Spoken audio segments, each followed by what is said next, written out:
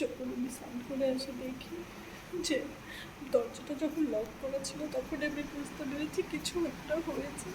তারপরে যখন এখানে আসি দেখি পুরো আলমারির জামা কাপড় সব বের করে ফেলে, কিছু গয়না ছিল সেগুলো মানে নিয়ে ব্যালকনি দিয়ে চলে গেছে। জাস্ট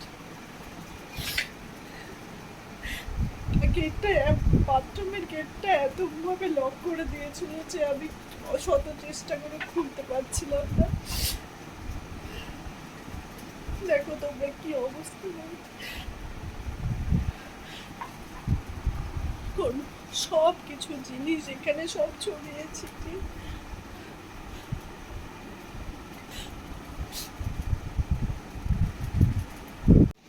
লকারে যত বাক্স ছিল ফোন, সব শাড়ি টাড়ি সব বের করে ফেলেছি।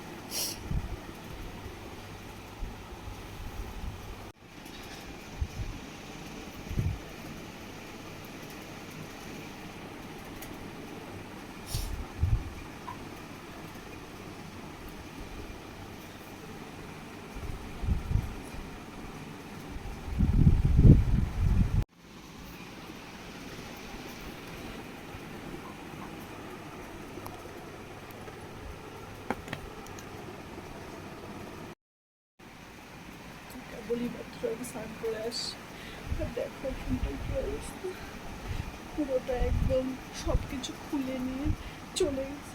আর আমি এখন কি উত্তর দেবো? আমি যখন স্নান করতে যাই তখন আমি দেখতেও পাইনি।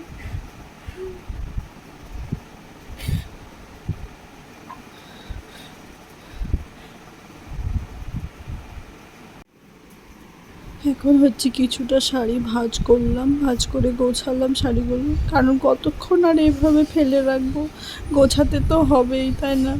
তো কিছুটা গোছানোর পরে ভাবলাম তোমাদের সাথে ভিডিওটা শেয়ার করি, যেহেতু আমার হাজব্যান্ড নেই, ও তো এইসব পছন্দ করে না ভিডিও টিডিও করা। যাই হোক, তবুও আমি তোমাদের সাথে শেয়ার করলাম যাতে তোমাদের সাথে তোমরা সতর্ক থাকো, যাতে তোমাদের সাথে এরকম কিছু না হয়। মানে 15 থেকে 20-30 মিনিটের মধ্যে সব কিছু নিয়ে, মানে যা ছিল এখানে মোটামুটি, শুধু লকারটা খুলতে পারিনি, লকারের চাবিটা অন্য কোথাও রাখা ছিল আর ওই চাবিটা এর সাথে লাগানো ছিল, তার জন্য লকারটা খুলতে পারিনি।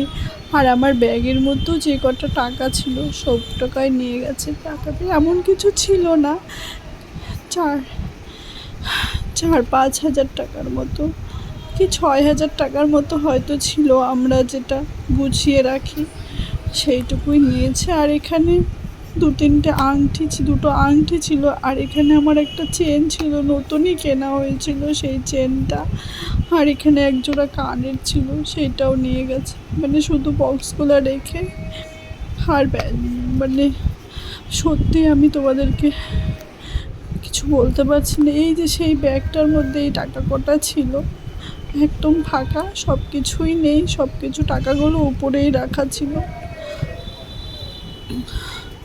সত্যি আর কিছু আমি বলতে পারছি না।